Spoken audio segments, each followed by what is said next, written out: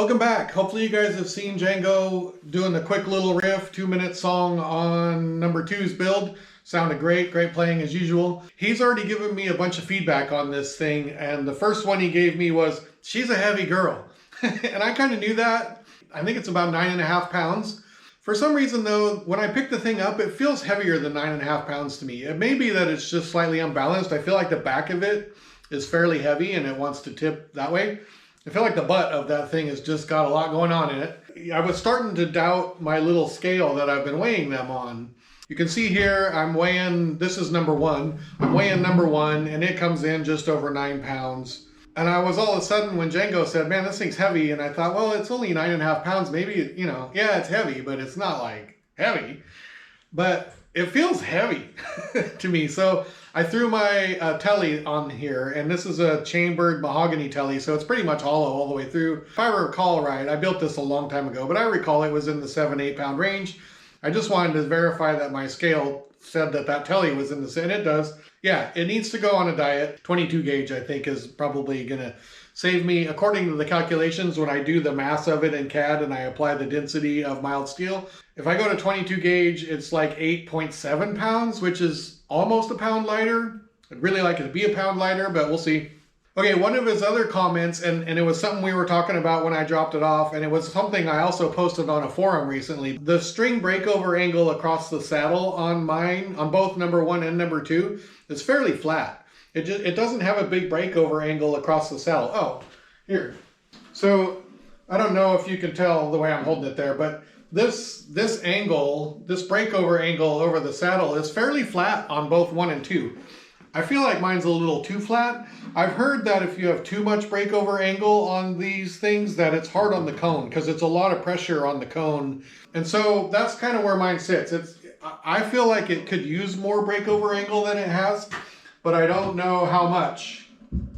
I think when I get number 2 back, it's going to be really easy to just adjust that neck angle and make another biscuit bridge and get a bunch more breakover angle on that thing and see if it changes the tone any. I mean, obviously, I think if you have a bigger breakover angle on that saddle, you're going to get a better sound and tone out of it because it's a lot more pressure on the cone. I think Django feels like it might be a little bit on the mild sound to it. You know what I mean? It's just not gritty, gnarly like you would expect a steel-bodied resonator to be. And I think that's 2 reasons. One, I think it's that breakover angle, and I think it's the gauge of steel that I'm using. The 20 gauge, I think maybe, as it turns out, might just be too thick. It's all part of the learning process. I love this feedback he's given me. That's all really good. The other piece, and this isn't feedback I got from Django, but I would imagine he'll notice when he changes the strings. The other thing that I don't like about mine is I feel like my breakover angle across the nut is actually too much. So I think on this brass one, you're going to see me decrease the angle of this headstock a little bit, which gives you a little bit more room for the strings to clear the slots, and it just gives you a little more room. Hopefully you guys are watching him play it. It sounds great. I love it. It's super cool to see somebody playing a guitar that you made like that. You know what I mean? Like, I guess I've seen that before, but it's just really cool to me. So pretty awesome. Okay, one other thing. I'd really love to come up with some model names or some names or something for these guitars. So the mild steel version, that's 14 fret, no cutaway. That needs some sort of name. I'm not very creative and clever with naming things. So if any of you out there that are creative types can think of a cool name for the mild steel one and this brass one with the cutaway, these things need model names because I'm tired of calling them number 1 and number 2. That's getting old. Okay, the other exciting news this week is, remember I mentioned we were going to get some tops sent in to me by Van Cochran of Cochran Guitars. I think he has a guitar shop in Illinois. Might not be Illinois. I think it's Illinois. He sent me all those tops that were made for National from way back in the day.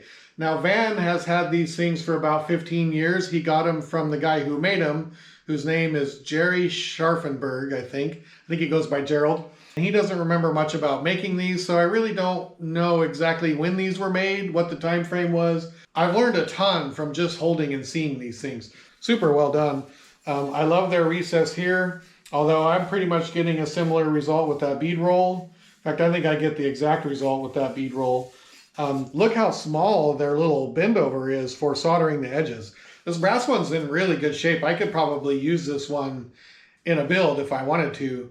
It's really nice. I spent a bunch of time with my calipers and the little, depth, whatever you call that little gauge thing. You'll see it here in the video.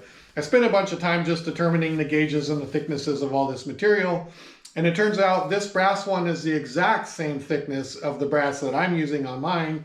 One interesting thing on the cutaway version one is on the cutaway itself, they actually did make tabs here because that's a pretty tight, I mean, that would be a lot of metal to try and flatten out, you know, on there. So they do have little curves cut onto the cutaway, which was cool to see.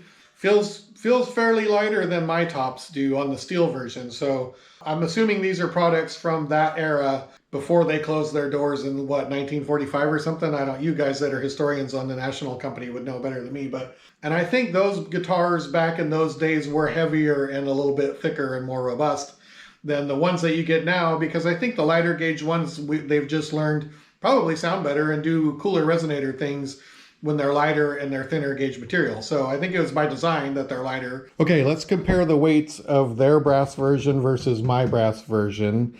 I think mine's got a little bit more mass than theirs, but not a lot. I think that's a fair comparison to at least see if we're in the ballpark. I think the steel one is pretty darn comparable. They have the grills in there. They have a cutaway, obviously, and I don't, but we're pretty similar in mass there as well. So I think this will be good to know.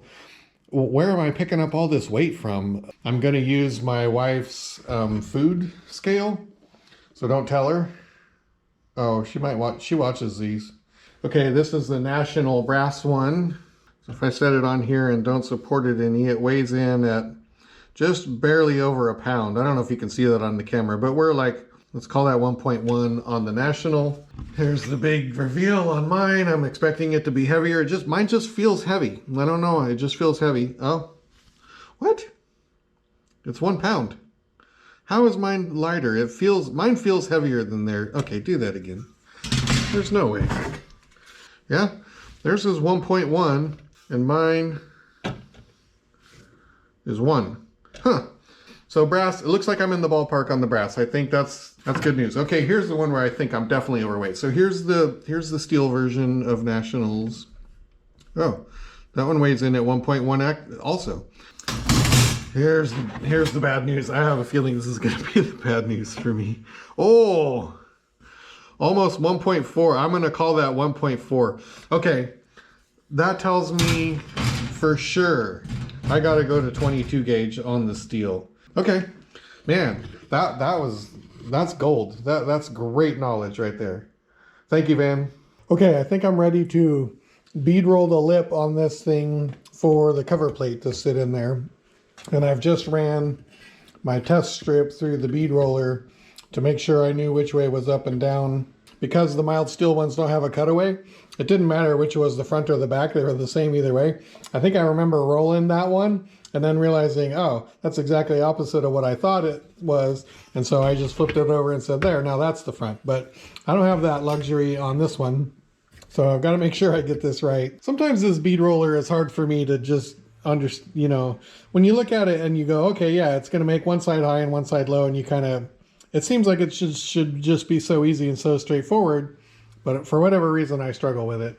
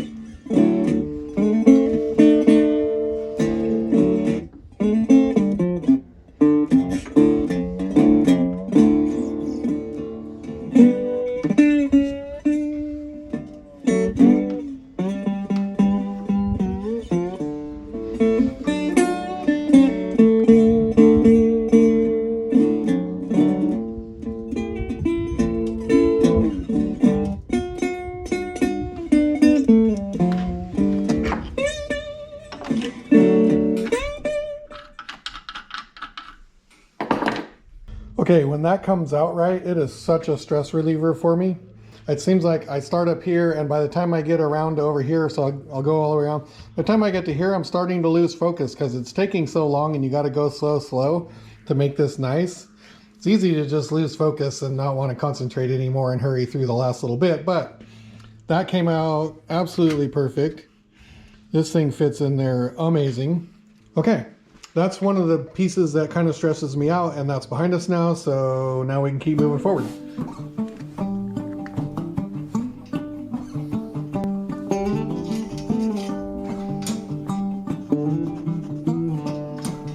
I've had a number of issues bead rolling these Soundwells to bead roll this little lip over to where I can then hammer it down. Let's see how this goes. I really hope I don't mess up another Soundwell. I mean, I'm probably less than 50% success rate on making these Soundwells. My suitcase next to the door.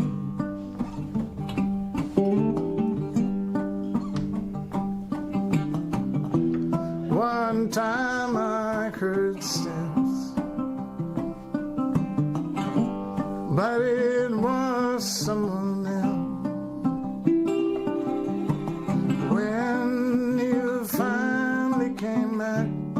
I was over the moon. Okay, I'm saying that's not a bad Soundwell. It wasn't without its challenges. These things, I'm telling you, they're hard to make. Okay, before that Soundwell can go into the guitar or get soldered to the top, I need to make a template to bend over the tabs on the top. So I've used my little template that Bruce sent me to trace onto my material that I'm going to make the template out of.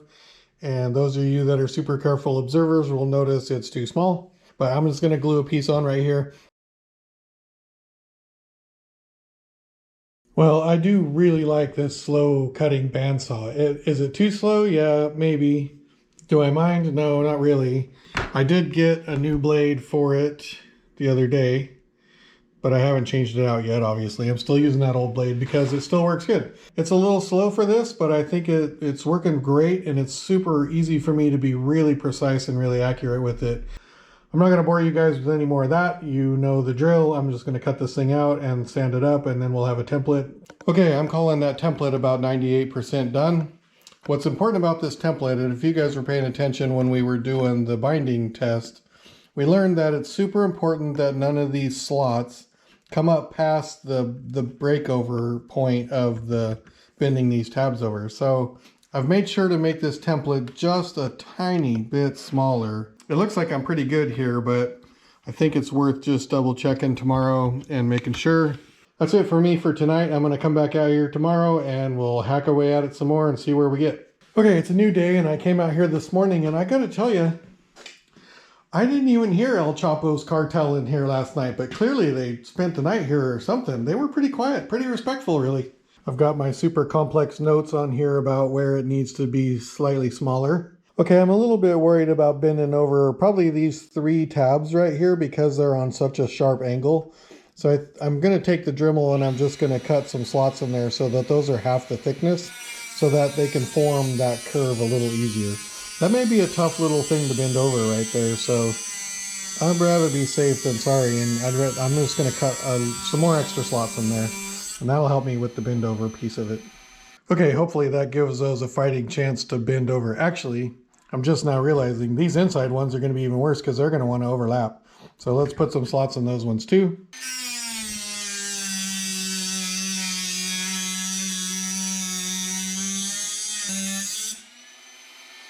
Okay, let's go with that. Let's see how those bend over. And we might have a little bit of work to do. When these bend over, this may not bend over perfect, and we might have a little bit of cleanup work to do. I don't know. Let's just see how this goes. I think my big issue here is going to be getting everything lined up perfect and in the right spot and clamping it together so that I can start doing the bend over.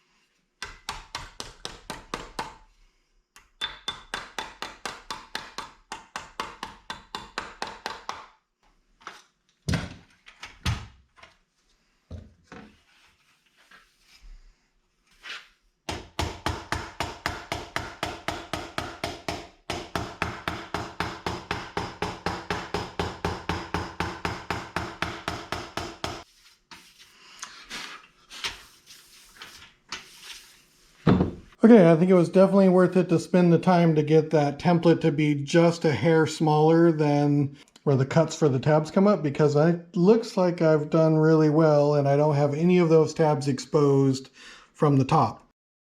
Okay, let's solder in the Soundwell.